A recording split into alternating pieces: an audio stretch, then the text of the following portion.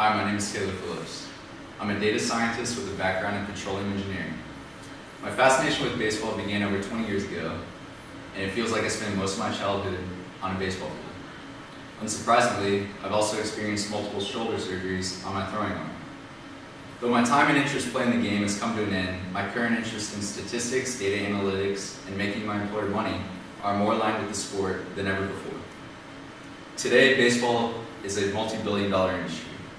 In a post-Moneyball era, large analytics departments have become the industry standard, and if you're a fan of the game today, you're likely a fan of statistics. Technology and data availability has also expanded.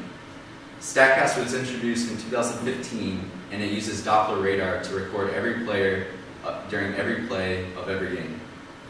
Thinking back to the first slide, our eyes tell us that the pitcher is likely on his way to a serious arm injury. StatCast data provides a way of describing what we see in numbers.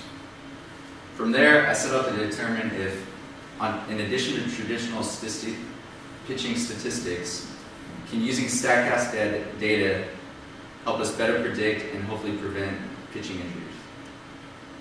To approach the problem, I needed to combine three data sources. I use SpotTrack injury data, Baseball Reference game statistics, and Baseball Savant for StatCast pitch data. My most valued tools over the last 2 weeks were Pandas and Postgres. I used Pandas to clean, structure, and store my injury and game data, and Postgres to create a StatCast data frame of the near 3 million pitches over the past 4 seasons. Combining the data sources in a meaningful way proved to be a challenge. Not only are there several active pitchers that have identical names, often special characters, nicknames, and titles vary between the data sources. Therefore, I had to create a dictionary of sorts, tying regex filter names to their unique MLB ID and other industry identifiers.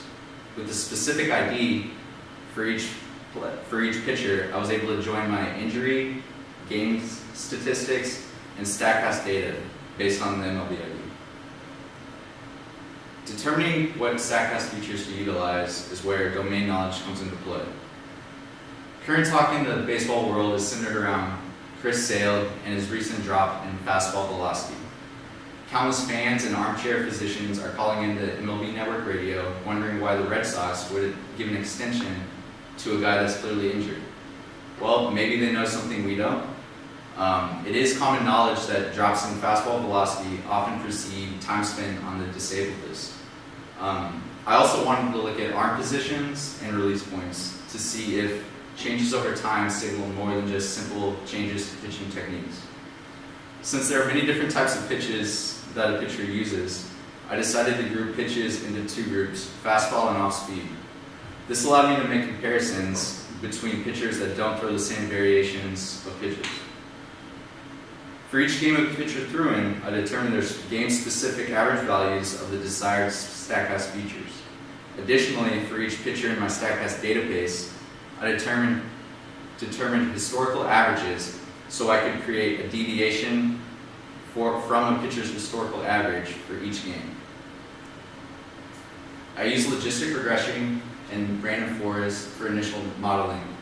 Logistic regression required standardizing my data, but both were easy and quick to implement.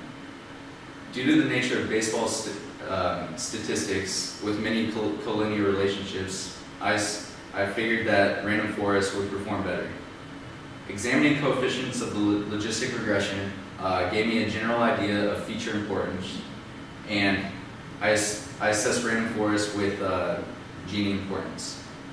The massive class imbalance issue forced me to examine various sampling techniques such as Smoke, Addison, and random oversampling. I chose to evaluate my results based on area under the raw curve. Unlike accuracy, the metric still provides meaningful results even with greatly imbalanced classes. My best results were produced with a random forest model on naive, randomly oversampled data.